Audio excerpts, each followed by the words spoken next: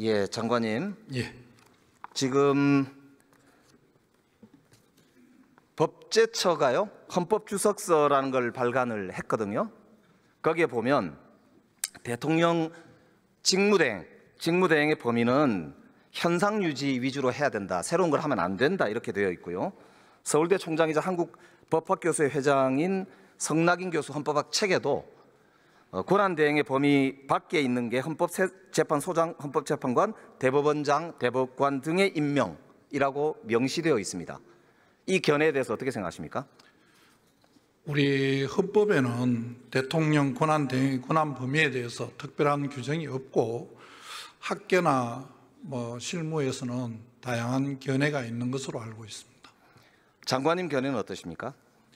저는 여러 견해 중에 여러 가지 상황을 나누어서 설명하는 경우도 있습니다만 권리와 사고는 다르다고 생각을 하고, 그다음에 이 헌법재판소 구성을 입법, 사법, 행정으로 나누어서 임명하도록 되어 있는데 지금 문제되는 부분은 행정부 몫으로 되어 있는 부분이라서 총리께서 필요성이 있다면 임명할 수 있다고 생각을 하고 그렇게 총리께서 판단하고 결정한 것으로 알고 있습니다. 자, 한덕수 대행이 12월 26일인가요? 담화문 발표한 내용 아시죠? 거기 보면 헌법기관 임명을 포함한 대통령의 중대한 고유권한 행사는 자제하라는 것이 우리 헌법과 법률에 담긴 일관된 정신입니다 라고 한덕수 대행이 본인 입으로 직접 발표한 발표문이에요. 이때와 지금은 대통령께서 권한 정지 상태인 경우하고 완전히 거리된 상태하고 상황이 좀 다른 거 아닌가 생각을 합니다.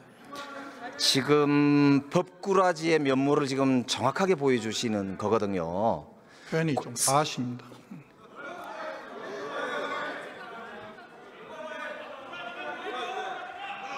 지금 헌법기관의 임명과 하면은 헌법기관들이 하게 되어 있는 거고요.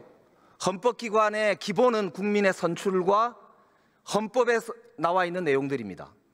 그런데 지금 말씀하신 대로 이거를 자의적으로 이렇게 저렇게 하면서 권력을 자의적 행사하는 거, 그게 지금 이번 내란 사태를 부르는 핵심적 원인이란 말입니다. 저는 이 부분에 대해서는 공화정의 가장 기본 정신인 삼권 분립의 원칙도 많이 고려해야 된다고 생각합니다. 삼권 분립의 정신이기 때문에 권한대행은 선출된 자가 아니기 때문에 이 권한 행사를 하면 안 되는 거예요. 헌법기관의 구성의 원리는 국민으로부터 주권을 위임받은 대통령과 국회 같은 선출된 권력이 하는 거란 말입니다. 어떻게 권한대행이 그 선출된 권력의 권한을 행사한다 이 말입니까? 그거야말로 제2의 내란이다 이거죠. 명백히 위헌적 지금 행위를 하고 있는 겁니다. 법무부 장관이 이거는 지명을 철회하라고 보고를 하셔야 된다고 봐요.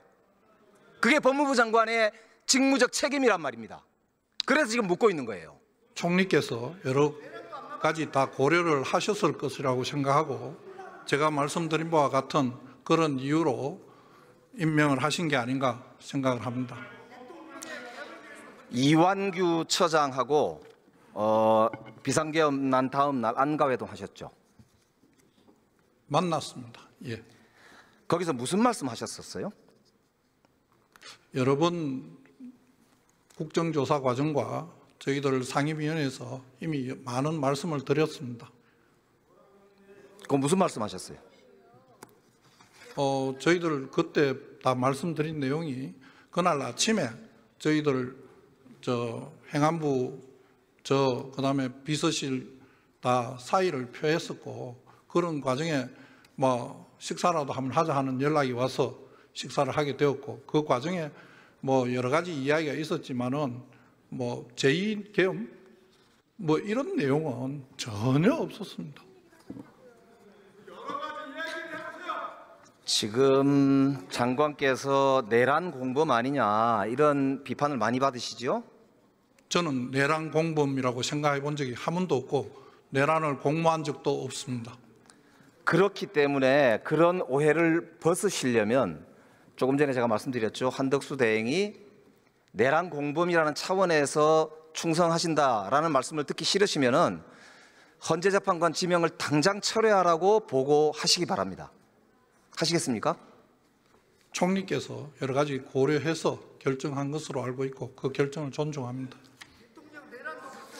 그 부분이 특히 지금 헌재에 가처분 사건으로 계류 중에 있으니까 제가 옳고 그름을 다 말씀드리기에는 적절하지 않습니다.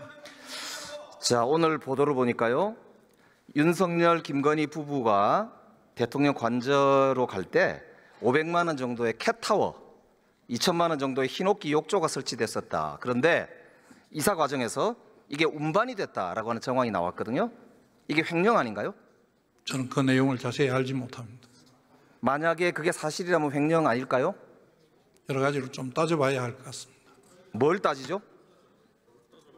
어떤 경위로 했는지 우선 사실관계를 제가 모르니까 대답을 드리기가 좀 어렵습니다. 자, 그러면 최근에 한 일주일 정도 사이에 관저 가신 적 있나요?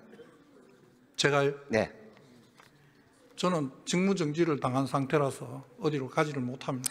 대통령이 지금 그 파면 이후에 사적 만찬을 즐겼다고 나오잖아요. 모르겠다. 알지를 못합니다. 보도 안 보셨습니까? 저는 알지를 못합니다. 그게 만약에 예산으로 사용됐다면 횡령이지요? 그것도 뭐 가정을 전제로 말씀하시는 거라서 제가 대답드리기에 적절하지 않습니다. 이게 유력 정치인의 부인이 사적으로 법인카드를 썼다고 해서 김혜경 씨의 경우에 검찰이 수사를 어마어마하게 했잖아요. 이거 수사해야 되겠죠? 내용을 확인해 봐야 될 것 같습니다. 이게 확인이 되면 수사하시겠죠? 검찰에서 수사 필요성이 있으면 제가 지금 당장 모르겠는 부분이 그런 내용이 검찰이 직접 수사권 범위에 들어가는지를 우선 정확하게 잘 모르겠습니다. 제가 확인해 보겠습니다. 확인하고 필요하면 말씀드리겠습니다. 확인하시겠다고 분명히 말씀하셨습니다. 그 내용을 사실관계를 확인해 보겠습니다. 우선. 그러니까 사실관계가 확인이 되면 수사가 필요하다는 거는 당연히 인정하실 거죠? 수사의 필요성은 사실관계가 우선 뭔지 의원님께서 말씀하신 내용은 지금 언론에 나온 걸 말씀하시는 거 아니겠습니까? 저는 언론 그 보도를 보지를 못했습니다. 그래서 우선 그 내용부터 확인해 보겠습니다. 우리 법무부 장관은 수사 지휘권이 있지 않습니까? 수사 지휘권은 구체적인 사건에 대해서 있습니다. 예. 그래서 예. 내란 우두머리 혐의로 지금 정말 우리 대한민국 역사를 정말 어떻게 표현해야 될까요? 박살을 낸 내란 우두머리 혐의를 받고 있는 분입니다. 이런 분이 이런 횡령을 하는데 법무부 장관이 그렇게 소극적으로 답변하셔야 되겠습니까? 사실 확인해 보겠습니다. 사실 확인되면 바로 수사하시기 바랍니다. 확인하겠습니다.